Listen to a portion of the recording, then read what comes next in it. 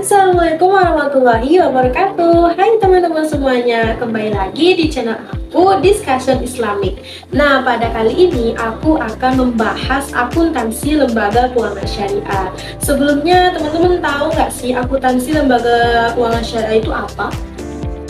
Akuntansi lembaga keuangan syariah itu adalah sistem operasi pencatatan mulai dari pencatatan, pengukuran, pelaporan, penyajian, apapun yang sebagainya yang dilakukan oleh lembaga keuangan yang berbasis syariah dengan berprinsip yaitu untuk menjalankan sistem keadilan, transparansi, kemaslahatan bersama dan menghindari yang namanya maghrib. Maghrib itu apa sih?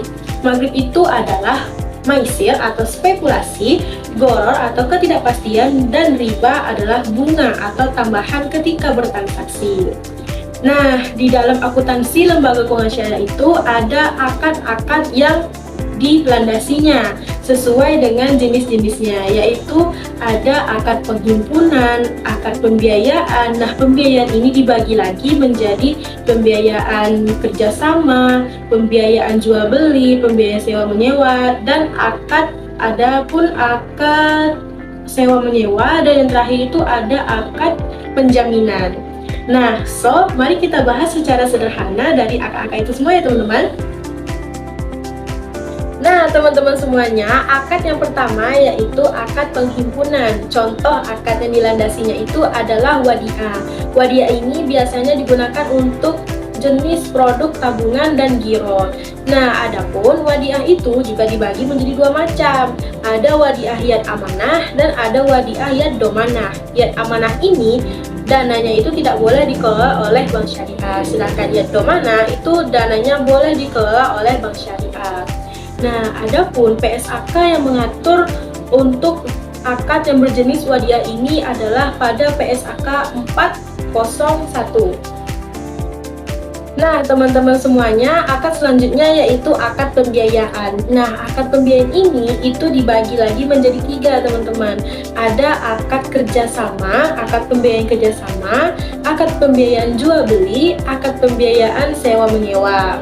Nah, akad pembiayaan kerjasama itu menggunakan akad yang berjenis mudorobah dan musyarakah. Mudorobah ini itu diatur pada PSAK 405, sedangkan musyarakah itu diatur pada PSAK 407. Adapun mudorobah itu adalah akad kerjasama di mana sohibul mal atau pemberi dana memberikan dananya kepada mudorib untuk dikelola dan nanti keuntungannya akan dibagikan sesuai dengan nisbah yang telah disepakati. Kalau misalnya musyarakah itu dua-duanya pihak terlibat, dua-duanya memberikan dana, dan dua-duanya juga mengelola dana tersebut untuk usaha yang telah disepakati, dan keuntungannya pun juga disepakati berdasarkan nisbah yang telah disepakati pada awal gitu. Selanjutnya yaitu akad pembiayaan jual beli, dia itu terbagi menjadi tiga ya teman-teman. Yang pertama itu akad murobahah, PSAK yang diaturnya itu adalah pada PSAK 402. Salam itu PSAK yang diatur adalah 403 dan istisna PSAK yang mengaturnya adalah 404. Nah, jenis pembiayaan murobahah ini adalah akad jual beli di mana harga yang akan diperjualbelikan itu berdasarkan dari harga beli di awal kepada pemasok ditambah dengan total margin atau keuntungan yang telah disepakati antar dua pihak, bank maupun nasabah. Nah, kemudian salam itu akad jual beli di mana kita itu memesan dahulu dan bayar di muka, kemudian barangnya akan datang di kemudian hari. Sama halnya ketika kita membeli barang di aplikasi Oren dengan metode pembayaran ShopeePay, kemudian barangnya akan datang di kemudian hari. Nah, bedanya dengan istisna itu akad jual beli yang cara mesannya itu kita memesan dengan kriteria tertentu, seperti ketika kita memesan atau ingin membuat baju kebaya, tentu kita meminta ukurannya seperti apa, modelnya seperti apa, bayarnya mau di muka atau di akhir, itu tergantung dengan kesepakatan bersama, dan penyerahannya pun juga tergantung kesepakatan bersama. Biasanya barangnya otomatis akan diserahkan di akhir ketika pesanan itu telah jadi, mungkin di bagian harga atau ketentuan membayarnya bisa tergantung kesesuaian pihak masing-masing.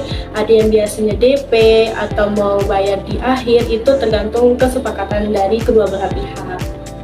Nah, akad yang ketiga yaitu akad sewa menyewa. Contohnya itu adalah ijaroh dan IMBT. Apa sih itu IMBT? IMBT itu adalah ijaroh muntahiyah bitamlik. Nah, bedanya apa dengan ijaroh biasa? Ijaroh biasa itu adalah akad pemindahan hak guna, manfaat atas suatu aset dengan jangka waktu tertentu dengan pembayaran sewa ataupun ujroh tanpa perpindahan kepemilikan aset. Sedangkan IMBT tadi itu sama pengertiannya, cuman yang membedakannya itu adalah adanya perpindahan kepemilikan aset. Seperti ketika kita menyewa seperti ijarah biasa, itu contohnya ketika kita menyewa atau ingin tinggal di kos. Nah, otomatis yang kita gunakan itu adalah hak gunanya, manfaat kosnya, dan kita membayar dengan cara sesuai dengan ketentuan masing-masing, itu bayar sewa atau ujrohnya, tanpa adanya di akhir periode itu perpindahan kepemilikan. Sedangkan kalau ijarah IMBT, contohnya kita menyewa sebuah ruko. Nah, ketika di akhir periode pembayaran, ruko itu akan berpindah kepemilikannya untuk menjadi hak kita. Gitu. Bedanya itu ya teman-teman semuanya antara ijarah biasa dan ijarah muntahiyah bitamlik. Nah, adapun PSAK yang mengatur untuk akad ini adalah PSAK 407. Nah, teman-teman semuanya, akad terakhir itu adalah akad penjaminan. Nah, akad penjaminan ini ada banyak teman-teman. Ada akad wakalah atau akad perwakilan, ada akad kafalah, akad penjaminan, akad rahan, akad gadai, akad hiwalah atau pengalihan, ada fardul hasan, peminjaman kebajikan, dan ada wakalah bil ujroh, yaitu akad wakalah yang menggunakan skema imbalan.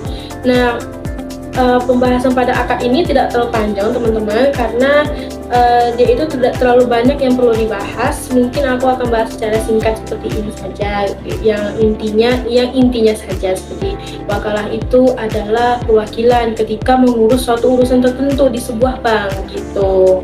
Nah, teman-teman semuanya, sekarang kita masuk ke cara penyajian dan pengungkapan akad-akad syariah yang ada di akuntansi lembaga keuangan syariah.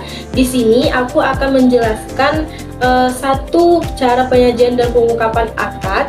Namun untuk akad-akad yang lain akan saya tampilkan saja bentuk slide PPT. Mungkin nanti teman-teman akan bisa melihatnya dengan cara mempost video ini ya teman-teman. Nah, pada akad yang akan saya sajikan atau ungkapkan caranya bagaimana, yaitu pada akad salam. Akad salam berdasarkan Papsi nomor tahun 2013, piutang salam dan utang salam itu adalah akun yang terkait dengan jual beli menggunakan skema salam seperti video yang telah aku jelaskan sebelumnya. Nah, cara penyajiannya bagaimana? Penyajiannya itu, piutang salam itu disajikan sebesar jumlah yang tercatat teman-teman. Dan piutang salam yang tidak dapat dipenuhi oleh pemasok dan pemasok menyatakan tidak dapat memenuhi kewajibannya, maka itu akan disajikan sebagai piutang for.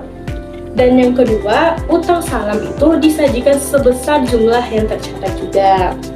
Dan bagaimana cara pengungkapannya? Pengungkapannya itu rincian salam, rincian piutang salam dan utang salam itu berdasarkan jumlah, jangka waktu, jenis kualitasnya bagaimana, jenis valutanya bagaimana, dan barang pesanannya seperti apa. Dan yang kedua, piutang salam dari pemasok dan utang salam kepada nasabah itu merupakan pihak yang berelasi atau keterkaitan. Jadi itu adalah penyajian dan pengungkapan pada akad salam di akuntansi lembaga keuangan syariah. Mungkin di slide selanjutnya akan saya tampilkan beberapa slide PPT untuk masing-masing penyajian dan pengungkapan akad-akad seperti mudharabah, murabahah, musyarakah, dan yang lain sebagainya ya teman-teman semuanya.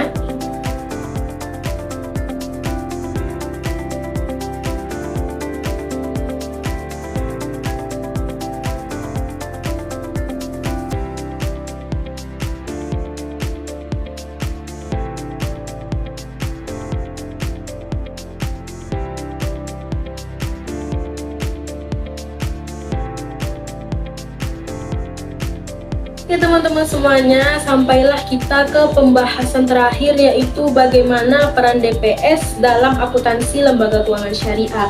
Bagaimana sih perannya? Peran DPS itu adalah memastikan bahwa seluruh pencatatan, pengukuran, pengakuan, penyajian, pengungkapan transaksi itu telah sesuai dengan prinsip syariah dan DSN MUI. Nah, seperti apa? Seperti menilai apakah akad atau produk itu telah sesuai prinsip syariah atau belum, memastikan pendapatan seperti margin, ujroh, bagi hasil, bonus itu telah dicatat sesuai akad atau belum, dan membantu untuk mencegah praktik yang mengandung unsur maghrib. Apa tadi maghrib? Maisir, goror, dan riba. Nah, itu saja teman-teman yang dapat aku jelasin pada video kali ini. Semoga bermanfaat, bisa jika teman-teman jadikan referensi dalam pembelajaran akuntansi LKS. Sampai jumpa juga di video selanjutnya. Aku mohon maaf apabila ada kesalahan kata. Wabillahi taufiq wal hidayah. Wassalamualaikum warahmatullahi wabarakatuh. Dadah.